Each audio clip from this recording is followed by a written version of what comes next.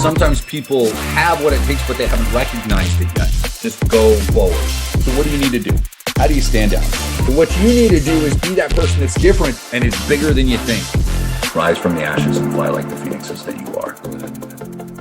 Hello, and welcome. Today is going to be, a little bit, like I was just saying, a little more informal. So I wanted to just talk about relationships. I want to get questions from you guys in case, for the interview that I've got scheduled for tomorrow. So that's kind of the agenda for today. Now, this comes about, like I was saying, so Kevin, what he does is, when I'm talking about direct response marketing, what he does is he writes things out in a way to connect with the audience, build the relationship, have some type of call to action, connect with their pain, and offer a solution. Now, there's a difference when you're doing your marketing, something to remember, because we talk about that a lot. One of the things you need to do is connect with someone's pain, right? There's a difference between an inconvenience and a pain. Okay. And so the best way to find out about your audience is to really dig down and find that pain point. And so what Kevin does with his relationships is he finds he kind of talks and says, what is it that you really need in your business, your venture, your program, what you're trying to do, wherever it is you're trying to go? What is it that you have where are you really lacking? What do you need help with? What do you need to be exposed to? Who do you need to be exposed to? Where does it need to go? And so he has made a career. He had a cleaning and restoration business like I did, like Joe Polish did. He built that up. He sold it for millions, did real well with it. And since then, he has created a business around referrals and putting people together in joint ventures and in relationships, and then being paid. And I'll let him explain some of it. This is partly what I understand, but it's essentially being paid a portion of, whatever happens as part of the deal. Hey, and not you're just going to pay me for making that connection. It's results based. If something comes out of this, I just want that little piece, right? Is that cool? Like, they make that connection. I get a 1%, a 2%, a 5%, whatever that is agreed upon, however he facilitates that relationship. But in order to put together a relationship like that, what's necessary? I need to have a relationship with this guy, and I need to know what he does, what his superpower is, how well he does it, who he connects with, who he wants to connect with. And then I got to understand the same thing about this guy. And I have to understand their goals and where they want to go, and what, how the two of them could work together. So tomorrow I'm excited to have him on and kind of talk about, his process and what to do and everything else and how to do it in a digital age. So guys, when it comes to relationships like that, and understand that these type of things absolutely apply to what you're doing right now. Do I need to go into how it can apply to what you're doing? Building this up, trying to build a list, providing value, everything else. Like, everybody gets that inherently, right? That you can build relationships, and those relationships can benefit your business. And whether it's this business or something else, relationships can be financially beneficial as well. I would say the majority of what I've been able to do over the years has been a direct result of one relationship or another. And over time, those relationships start to compound, because this person ends up knowing this person. Then you work with both, and then you work with another, and that person knows all three of the, 2 or 3 of these, and then it just starts stacking. So, Hartley, how to avoid the flood of Facebook owners wanting to talk to you. So like other business owners trying to reach out to you. So trying to sell you something. So what I say is, because I have somebody right now that's I'm in groups of coaches and affiliate marketers and things, right? One of my niches is digital marketers. And so I constantly get people coming in. So I've got one just a little bit ago that message that, their VA is messaging me, trying to get me on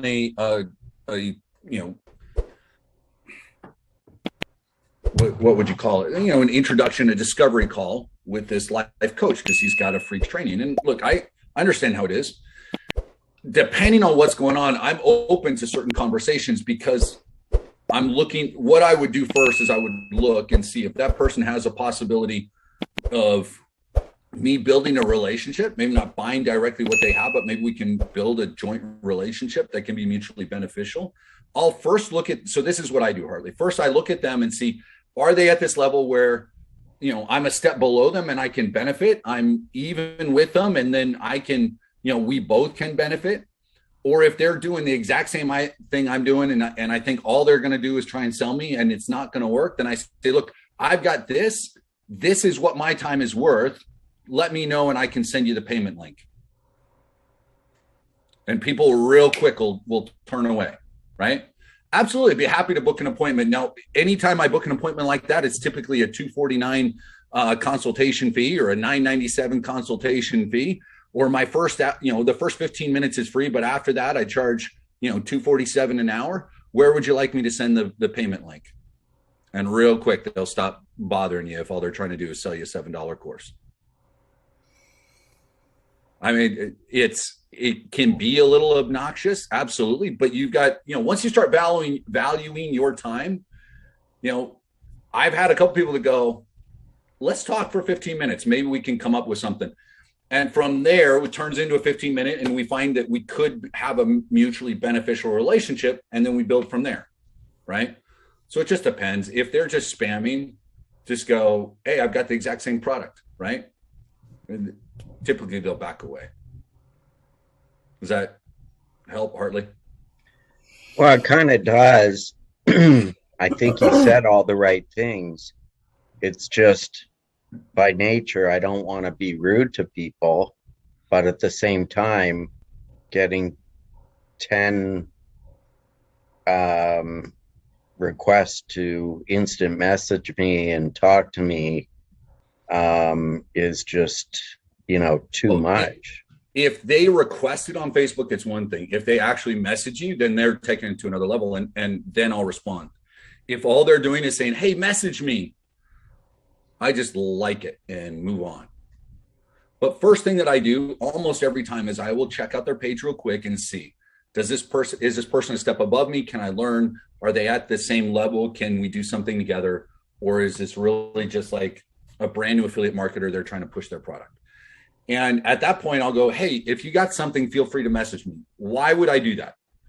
Well, if I've got the funnel out there, guys, and they start messaging you, then when you post something, guess what's going to happen? It's going to show up on their feed because they've told Facebook that they want to connect with you, that you're interesting to them. So now next time I post, they're going to see it. So who knows? For me, I took a slightly different strategy, and I don't know if it's right or not, but I look at their section that says about. And if they don't list their school, they don't list their city, they don't list their family, they appear to be brand new, wanting to, make money online. Right. And I don't have patience for that. I'm okay if I don't list my school, and I guess I got a couple of my family members that are listed, and so there's that. I agree, though. If they don't have any content, then I'm not engaging, and then I just move on. But the more that you engage, the more that you're going to be engaged with, and that's just part of the game, right? And so you can get to the point where you just say, hey, I'm not going to handle this, and someone else can do it for me, or I'm just going to focus on putting out great content, interacting some in comments, etc. Hey, yeah, absolutely. You want to message me? Go ahead. I'll take a look. Right? They sent me something. So this particular life coach, they want to meet. He's got a group that's a good size. I'll talk to him because we might be able to put something in there together. Right? So yeah, if not necessarily trolling Forrest, but if there's no content on their page, and this is why I talk about putting content on your pages, guys, it lends credibility. It shows that you're active. It shows that they're doing something. Right? It's like on Instagram, I constantly get people, and you guys probably will at some point, hey, we can help you get followers. Well, that's great, but you've got 72 followers. You can't tell me you want to sell me a program with 4,000 to 6,000 followers and you've got 100. It doesn't compute. I'm sorry. So, okay. Yeah, I do the same thing. I don't list my university where I went to school because I didn't. So there you go. Anyway, yeah. And for you women, there's absolutely, you got to be a little more careful. It sucks, but that's kind of where it is. All right. So talking relationships, talking building relationships, guys. Talk to me. What do you think? What do you want to know? Now, this goes to, I think I saw him on here, the gentleman I was speaking to yesterday about this, and recently just talking about it. Some of these relationships really that I've been really blessed, lucky to have. And some of the mentors I've had have come from years of doing the work that I'm trying to do, finding situations to help with content, help somebody else do something, and then doing more and over delivering, right? They ask for a certain thing, at level 100 and you give them 150, right? Whatever. Not 150%, but you know what I'm saying. But when it comes to building relationships, mentors, other relationships, business relationships, does anybody have any questions or questions about other things, or interacting through social media, or interacting in real life, or going to networking meetings, or speaking, presenting content, anything? Nobody has any questions about anything?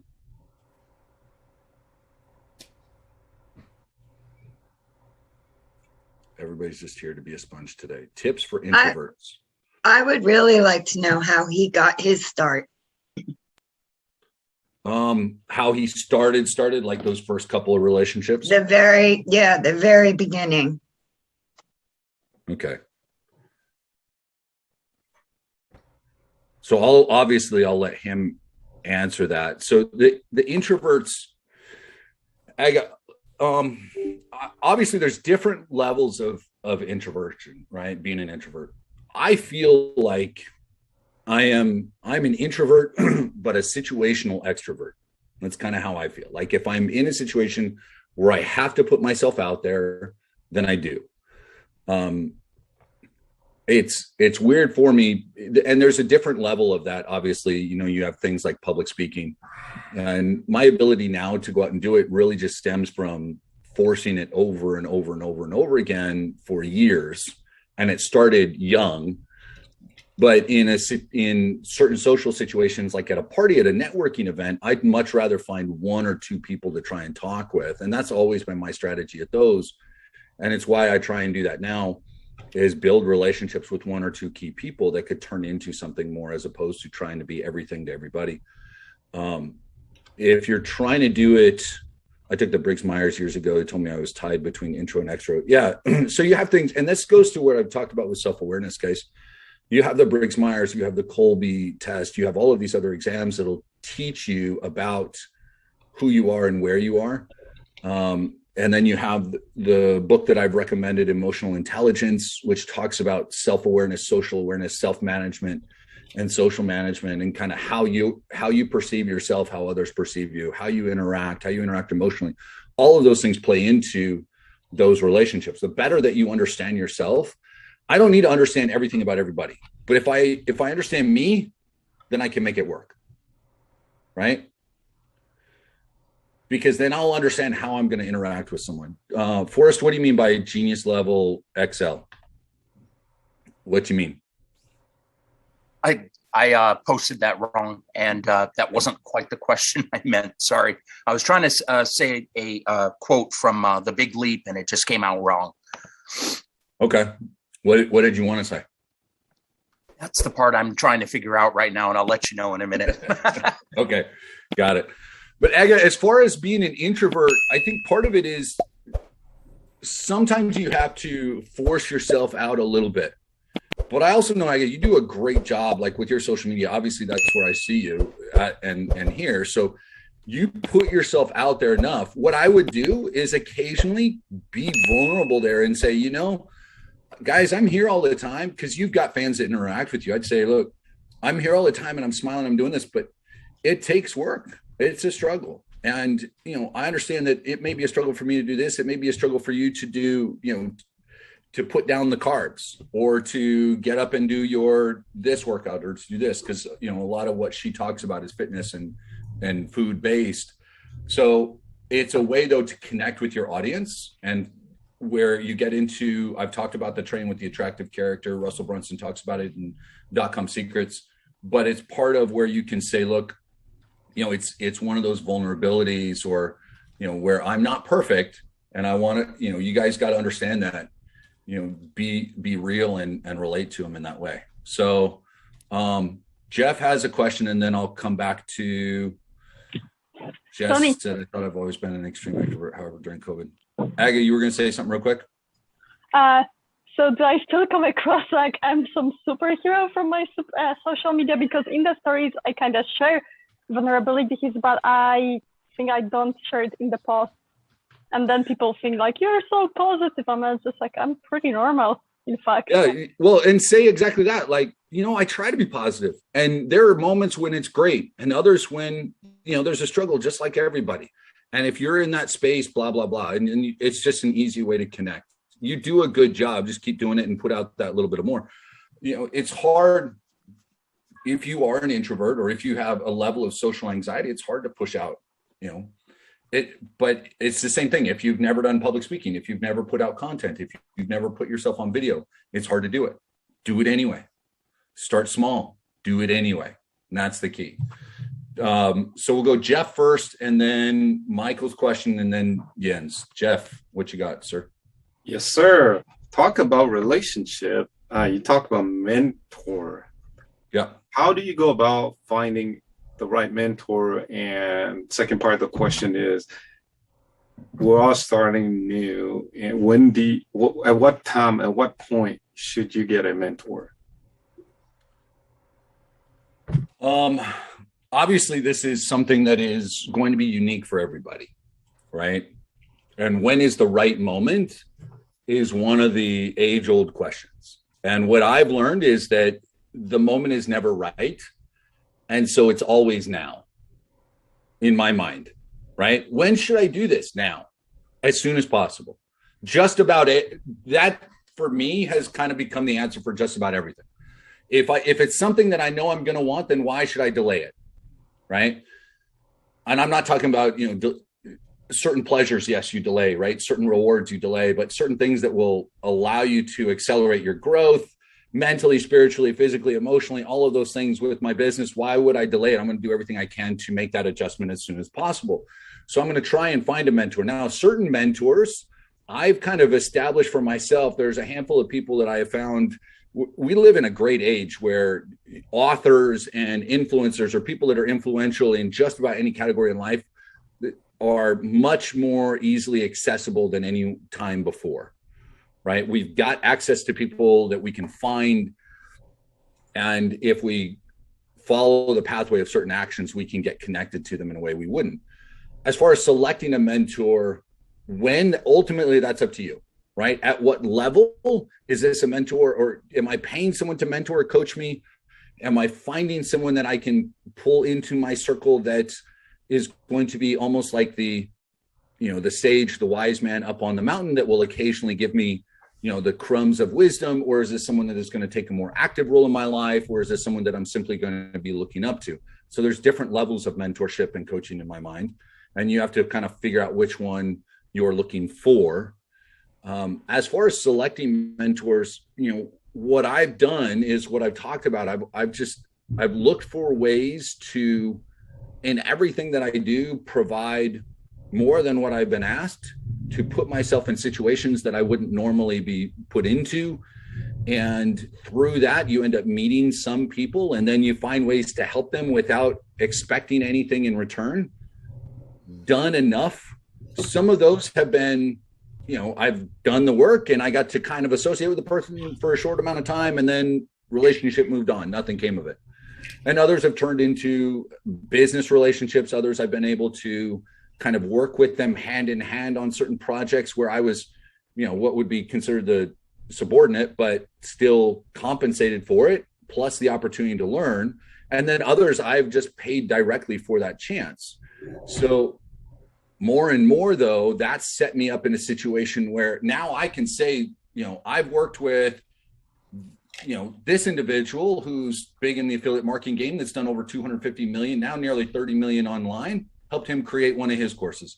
An e-com guy that's done about 100 million online, has a team of, 50, 75, 100 employees, has launched probably more than 1,000 different Shopify e-commerce websites between him and his students. I've helped him develop out his courses, and hosted his live events for him, helped program his events and his masterminds. There's others that have done 30 to 50, you know, and have been able to work with them. And then that's what led me, those things there led me to Blake. I've been able to, during that time, work with real estate investors that were building out their own thing and trying to build up their, you know, their customer base. I got a chance to work with a guy putting together a fitness program, which has led with that, plus the other stuff that I've done, plus what I've done, and kind of being noticed for some of the stuff I've been able to do here with Blake has led to this other project that's upcoming that, you know, should be kicking off here in about 2 weeks, you know, that with someone that, you know, I never thought I'd have a chance to work with. And yet here it is. And it's, I would say more often than not, it's come from listening to what some of those people are saying, putting myself purposely in their way and doing everything I can to be noticed through work, as opposed to just bombarding with messages like, help me, help me, help me, help me, help me. If that, I don't know if that gives you an exact pathway, but that's part of what I've done. And I fully expect the next few years to be full of more of those types of opportunities. So, all right, let me get with Michael's question here, and then Jens right after that. And then there's other messages down there. So how do you best vet, background check potential relationship online? So Michael, what you're talking about is a relationship with someone that's kind of on equal footing, right? Yeah. And you know, I can do this person to person. That's not an issue. If I find someone local, I can ask around.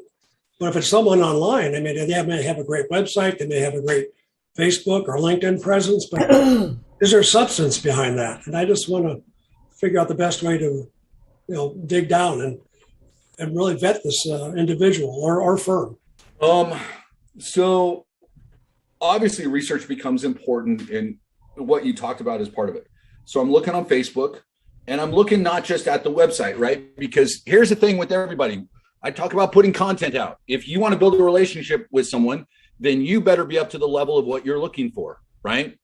So if I go to someone's website and their website is fantastic and they've got shit all on their Facebook, right? There's no content, or the way that they write is like they didn't write their website. It's obvious, right?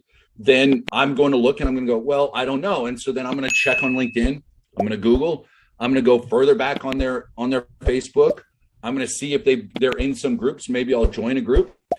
But really, you do this a few times, you'll be able to come to a decision in 5 minutes. It's not something I'm not spending an hour on it. You'll know, you know, and then if it's someone that I decide, hey, there's a possibility, then I'm going to either offer a chance, like, hey, I got an idea that I think might work here. I've got this, right? And I've put together, and maybe I'll give you guys that again here.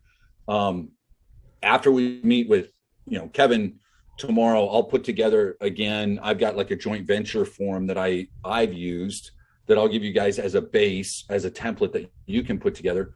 As walking in and saying, hey, let's have a partnership. It's more of a formal, here's what I've got, here's what we can do, here's how we can work together kind of thing, right? Because instead of just showing up and going, because two people that are brand new that have never really done anything showing up going, hey, let's work together. Okay, yeah, let's. What do you think we should do? I don't know. What do you think we should do? And both of you are going to go, why don't you put me in front of your audience? Well, yeah, and you can put me in front of your audience. And then there's nothing there. Really, there's no, like you're talking about, there's no substance. And so you want to be the person, even if you're brand new, even if you've never done it before, you're going to be the one that comes in and says, here's what I got.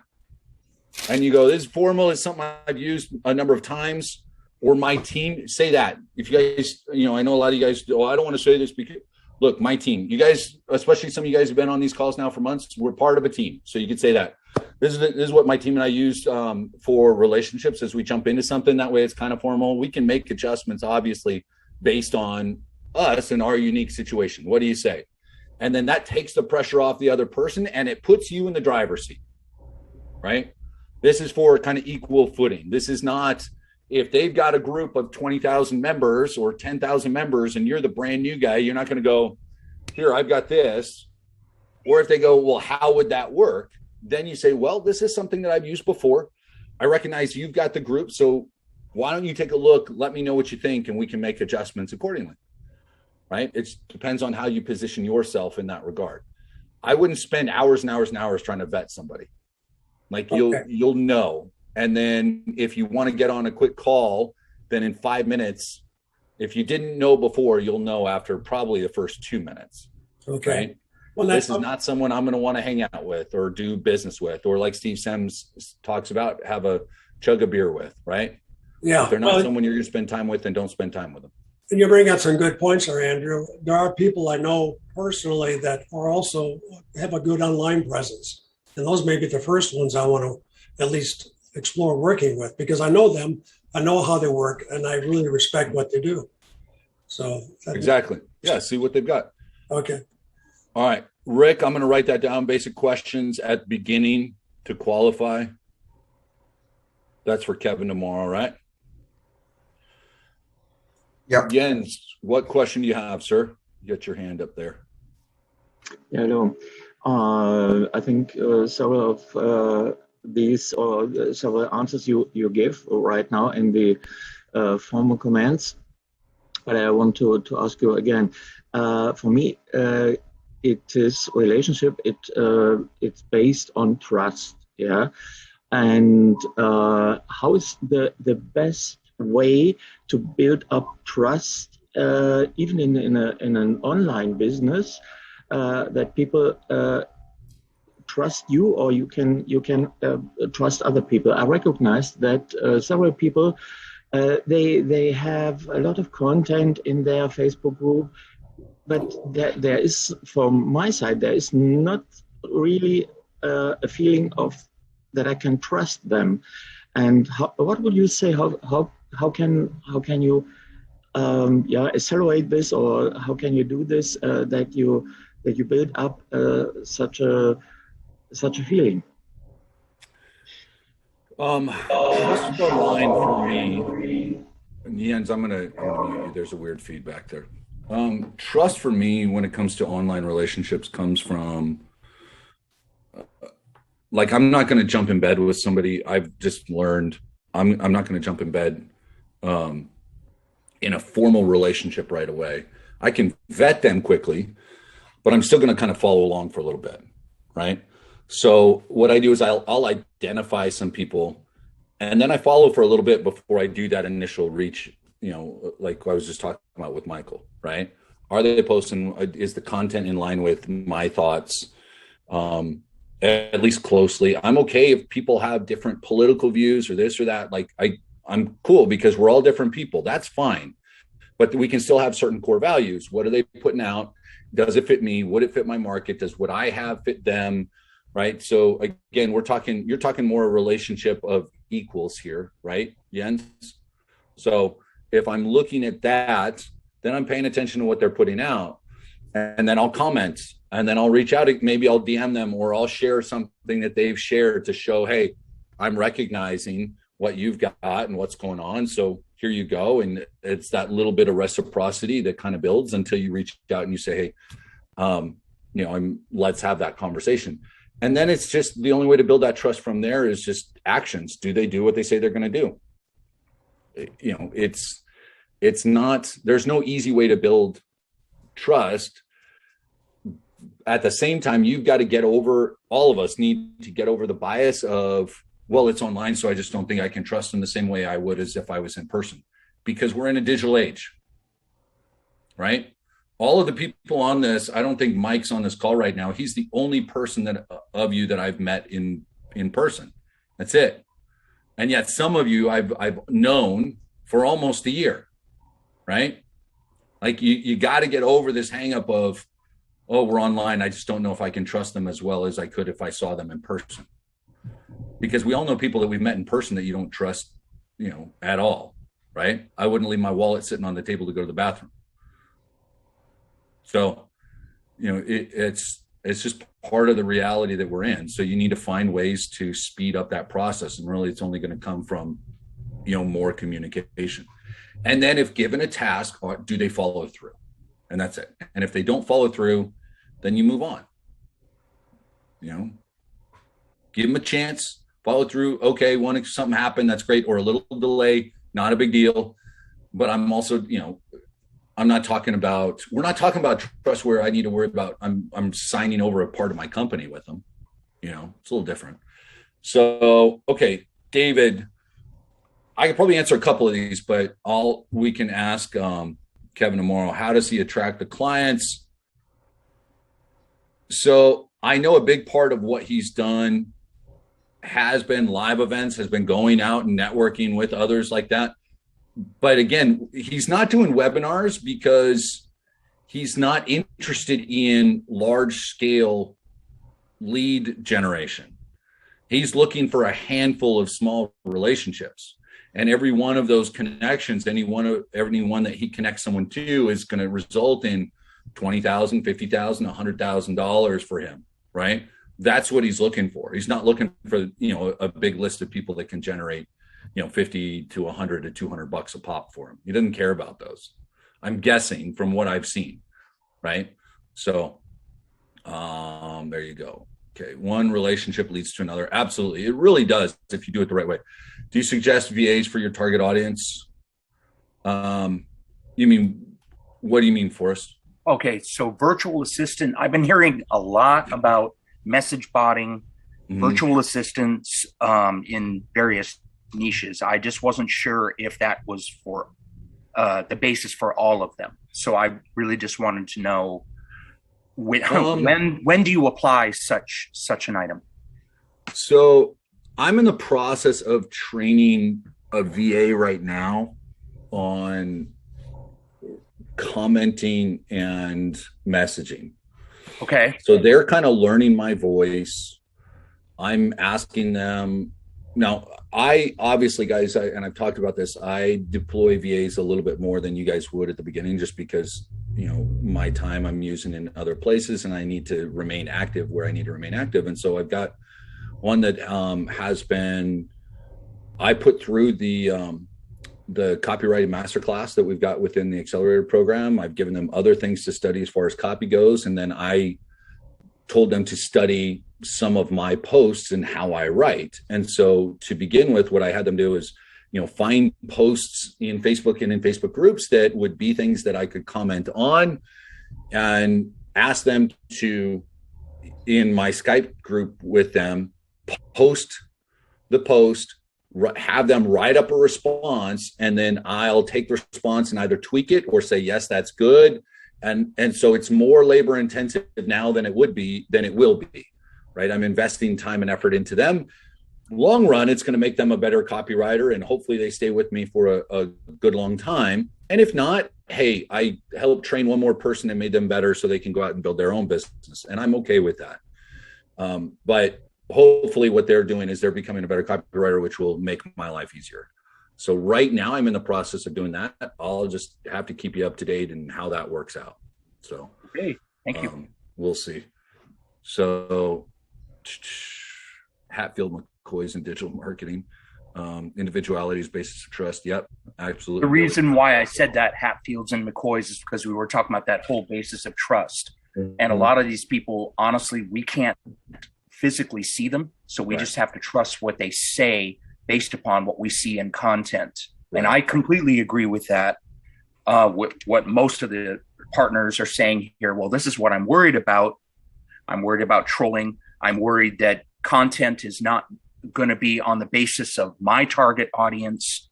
And I believe we all have genuine concerns when it comes to content because, well, let's just face it, people bullshit a lot. And I don't have time for that, Yeah, well, that's doing the extra work with following them along for a little bit, because if I don't reach out to build a relationship with someone like right out of the gates until I've followed for a little bit. Like Tara, you guys, I've had her on a couple of times. She and I have done work together. The ebook that I wrote with Brock, she helped us write. I put in a lot of it. She helped kind of rewrite some stuff. She's fantastic. Well, we connected through Instagram, and I followed her, and I went back and read what she said. Now, the cool thing is you can also see now so many people with their Facebook stories or their Instagram stories, do they speak oftentimes with the same way that they write, right? You can do that. If someone wants to connect with me, I've got the YouTube link on my Instagram and I'm going to get it on Facebook, and there's other stuff. They could go, here's how I think, right? There's dozens of hours of how I think. So there's no question, right? At some point, the facade that a lot of people have breaks down. But at times you kind of roll the dice. You just make the best educated guess you can. I agree. We don't have time for, the bullshitters, but at the same time, I got a 10-year plan. I've got the short term. I've got, my next quarter, I've got next year, but I'm also building for long term, so. Thank you, Andrew. Anyway. I appreciate that. Absolutely. Okay. Absolutely. I got an appointment to go to. Have a good afternoon, partners, and thank you, Andrew. Yes, sir. Take care, my man. All right. KPIs, are you talking about, David, with like the virtual assistants? Yeah. You establish your own. Initially, overseas joint ventures, overseas VAs, overseas joint ventures. Again, we're in a digital age. Like, I don't care where you live in the world. Doesn't matter. Half of you guys are overseas. So we're outside the US. So I don't care. Right.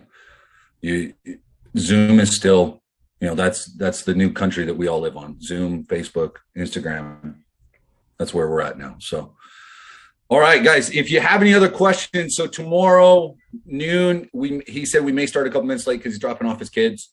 But I'll be here at noon. He is Pacific time, so he's going to be 9 a.m., probably 9:03, 9:04. If you've got questions about relationships, joint ventures, partnerships, mentorship, message them to me, send them to me on Skype, have them ready. But I'm excited to have him on tomorrow, chat a little bit. And then I'll have somebody else on. I'm probably going to have someone else on Friday. Thursday, we're going to have the call on Thursday. I'm not sure if I'm going to be in the airport or not. If I'm at the airport, we'll still do it. I'm just going to be in the American Express Lounge, and I'll use their Wi-Fi. So we'll do that. So, because I got a little mastermind this week and the weekend after that. I'm being in Colorado. So, all right, Michael, if you miss it, that's okay. It will be recorded. Appreciate you guys. Everybody go out, have an awesome day. If you have other questions, and then send them to me. I'll make sure to address them. Appreciate you guys. Take care. Everybody go out and have an awesome day. Sometimes Thanks a people lot, Andrew. have what it takes, but they don't recognize it. Just go. Thank you. So what do you need to do? Thank you, How do you Andrew. Bye, stand out? everybody. So what you need to do is be that person that's different and is bigger than you think.